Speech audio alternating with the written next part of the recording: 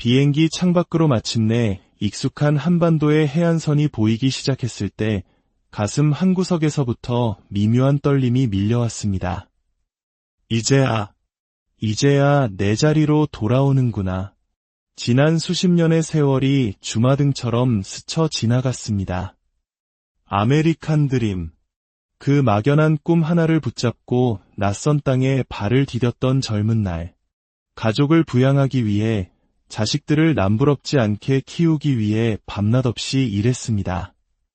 뜨거운 주방의 열기 앞에서 샌드위치를 만들던 날들, 새벽 3시면 눈을 비비고 일어나 가게 문을 열던 그 고단했던 아침들. 하루하루가 생존을 위한 전쟁이었고, 그렇게 30년, 40년의 세월을 버텨냈습니다. 이제는 정말 좀 쉬고 싶었습니다. 매달 꼬박꼬박 들어오는 미국의 사회보장연금, 소셜 시큐리티. 한 달에 $2,800. 미국 내에서도 상위 수령자에 속하는 금액이었습니다. 한국 돈으로 환산하니 약 370만 원. 이 정도면 혼자 조용히 그리고 품위 있게 살아가기에 충분해 보였습니다. 그래서 결심했습니다. 내 인생의 후반전은 그리웠던 고국에서 보내리라.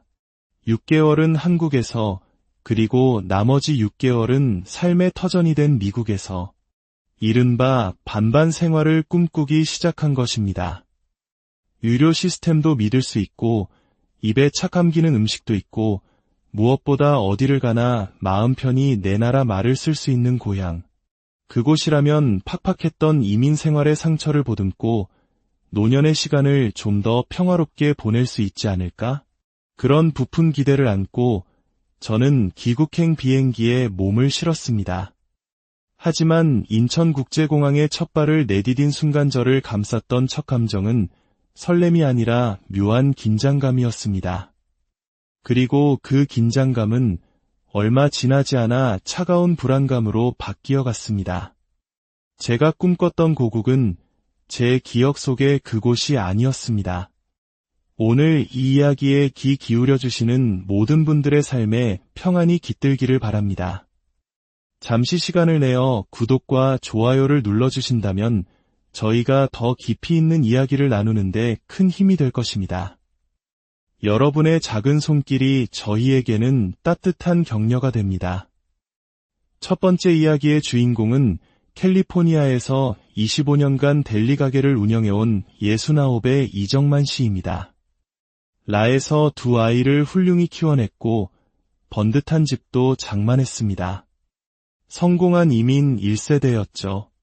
하지만 마음 한구석에는 늘 한국에 대한 그리움이 있었습니다. 은퇴 후 그는 6개월은 서울에서 6개월은 라를 오가는 삶을 계획했습니다. 월 $2,600의 연금은 한국에서라면 꽤 풍족한 금액이었습니다. 하지만 그는 귀국 첫 달부터 현실의 벽에 부딪혔습니다. 지병 때문에 병원을 찾았는데 건강보험 지역 가입자로 분류되면서 매달 20만 원에 가까운 보험료가 청구되었습니다. 한국의 의료 시스템이 빠르고 저렴하다는 것은 사실이었지만 그에게는 모든 것이 낯설었습니다. 무인 키오스크에서의 수납, 복잡한 동선, 그리고 의사와 간호사들이 던지는 무심한 질문들. 보호자분은 어디 계세요? 그 한마디에 그는 자신이 이곳에 철저히 혼자임을 다시 한번 실감해야 했습니다. 자식들은 모두 미국에 있었고 수십 년 만에 돌아온 고국에서 그는 기댈 곳 없는 이방인이었습니다. 두 번째는 뉴저지에서 18년간 가정간병인으로 일해온 66의 박경혜 씨 이야기입니다. 고된 노동이었지만 성실히 일한 덕분에 월 $2,400의 연금을 받게 되었습니다. 그녀는 귀국 후 남부지방의 작은 시골 마을에 머물며 텃밭을 가꾸고 따뜻한 이웃들과 정을 나누는 소박한 삶을 꿈꿨습니다. 하지만 그가 그토록 그리워했던 한국의 정은 낯선 이방인에게 쉽게 문을 열어주지 않았습니다. 어머, 사투리에 미국말이 많이 섞이셨네. 거기선 돈 얼마나 벌어요? 마을 사람들은 악의 없이 던지는 질문이었지만 그 말들은 박경혜 씨의 마음에 날카로운 상처를 남겼습니다. 외지에서 온 돈 좀 있는 할머니라는 보이지 않는 꼬리표는 마을 공동체에 녹아들고 싶었던 그녀의 노력을 번번이 좌절시켰습니다. 세 번째 주인공은 텍사스에서 30년간 대륙을 횡단하던 화물트럭 운전사 71살의 전동훈 씨입니다. 하루 10시간 이상 핸들을 잡고 때로는 눈보라가 몰아치는 설산을 넘으며 청춘을 바쳤습니다. 그 대가로 받은 연금은 월 $2,900. 그는 이 돈이면 한국 어디서든 부족함 없이 지낼 수 있으리라 확신했습니다. 경기도 외곽의 아파트를 얻어 머물렀지만 그의 한국 생활은 끊임없이 자신을 설명하고 증명해야 하는 과정의 연속이었습니다.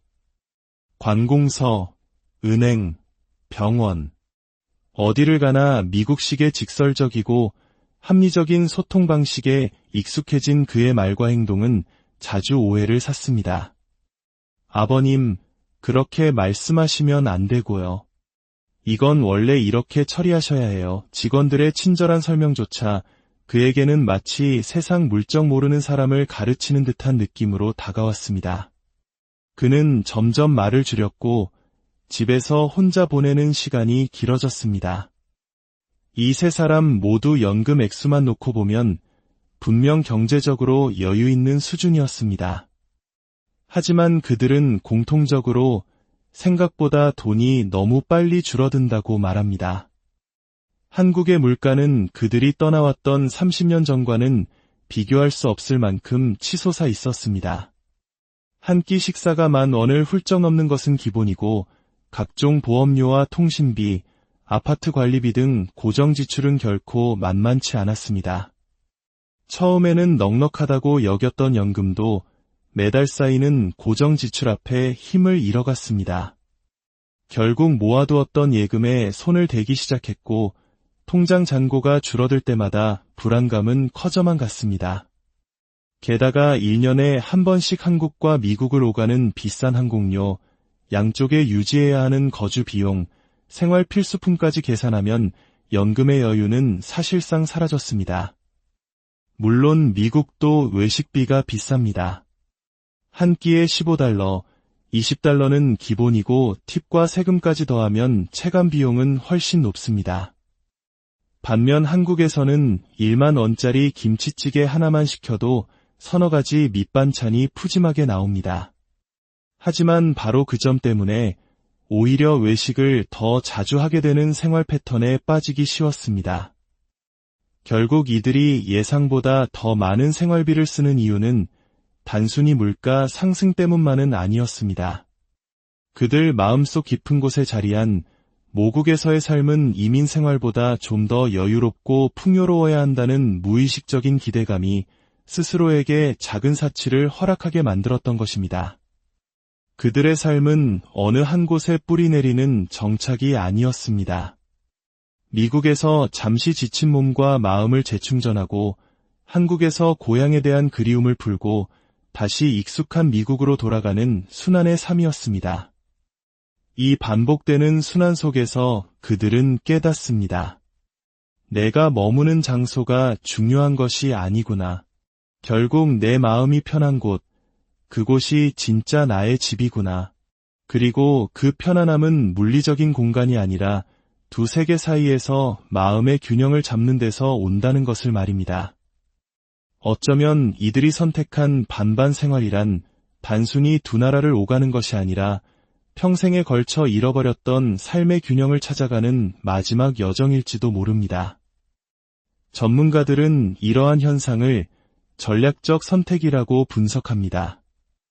100세 시대에 은퇴한 교포들에게 어디서 노후를 보낼 것인가는 더 이상 단순한 장소의 문제가 아닙니다. 그것은 삶의 리듬, 정서적 안정, 사회적 관계, 의료 시스템, 주거 비용, 그리고 문화적 친숙도까지 모든 것이 얽혀있는 복합적인 결정입니다. 이러한 병행 생활은 몇 가지 뚜렷한 장점을 가집니다. 첫째, 미국의 연금 수령 조건을 안정적으로 유지할 수 있습니다. 둘째, 한국의 빠르고 접근성 좋은 유료 서비스와 미국의 체계적인 유료 시스템을 필요에 따라 선택적으로 활용할 수 있습니다. 셋째, 겨울은 따뜻한 미국 남부에서 여름과 가을은 쾌적한 한국에서 보내는 등 기후에 맞춰 최적의 생활 환경을 누릴 수 있습니다. 하지만 동전의 양면처럼 단점과 위험 부담 또한 명확합니다. 양쪽의 집을 유지하는 데서 오는 이중 주거 비용, 두 나라의 건강보험 시스템 사이에서 발생할 수 있는 보장의 공백, 그리고 거주자 신분에 따른 복잡한 세금 문제 등은 철저한 준비 없이는 큰 낭패를 볼 수 있는 부분입니다. 무엇보다 한 곳에 정착할 만하면 다시 떠나야 하는 생활 리듬은 깊은 외로움과 정서적 피로감을 유발할 수도 있습니다. 그럼에도 불구하고 현명한 계획을 통해 이 병행 생활을 성공적으로 꾸려나가는 이들도 있습니다. 겨울에는 플로리다에서 따뜻하게 지내고 여름에는 한국의 딸집 근처에 머물며 병원 진료와 문화생활을 즐기는 70대 사업가, 고혈압과 당뇨 같은 만성질환 관리는 미국에서, 치과 치료나 정기검진은 한국에서 받으며 유료비와 만족도를 동시에 잡는 60대 정비기술자, 봄, 가을은 아름다운 강릉 바닷가에서, 여름과 겨울은 익숙한 라에서 지내며 마음의 병을 치유하고 새로운 활력을 얻은 70대 미용사. 이들의 성공 사례가 말해주는 핵심은 바로 선택적 균형입니다. 병행 생활은 단순히 두 나라를 오가는 물리적 이동을 넘어 각 나라의 제도, 문화, 그리고 장점들을 자신에게 맞게 전략적으로 활용하는 고도의 삶의 기술입니다. 물론 이를 위해서는 철저한 정보 수집과 재정 시뮬레이션, 그리고 무엇보다 변화에 적응할 수 있는 건강한 체력과 유연한 마음이 필요합니다. 이 이야기는 어느 특정 개인의 이야기가 아닐 수 있습니다. 평생을 이방인으로 살며 두 개의 조국을 가슴에 품고 살아온 우리 시대 모든 아버지, 어머니들의 이야기일지도 모릅니다. 물리적인 이동이 아닌 정신적 균형과 일상에서의 작은 만족감을 찾는 것. 그것이야말로 이 고단한 여정의 최종 목적지일 것입니다. 이 전략이 모든 사람에게 맞는 정답은 아닐 수 있습니다. 하지만 자신에게 맞는 맞춤형 설계를 해낼 수만 있다면 이보다 더 자유롭고 풍요로운 노년을 보내는 방법도 없을지 모릅니다. 당신의 마지막 여정은 어디를 향하고 있습니까?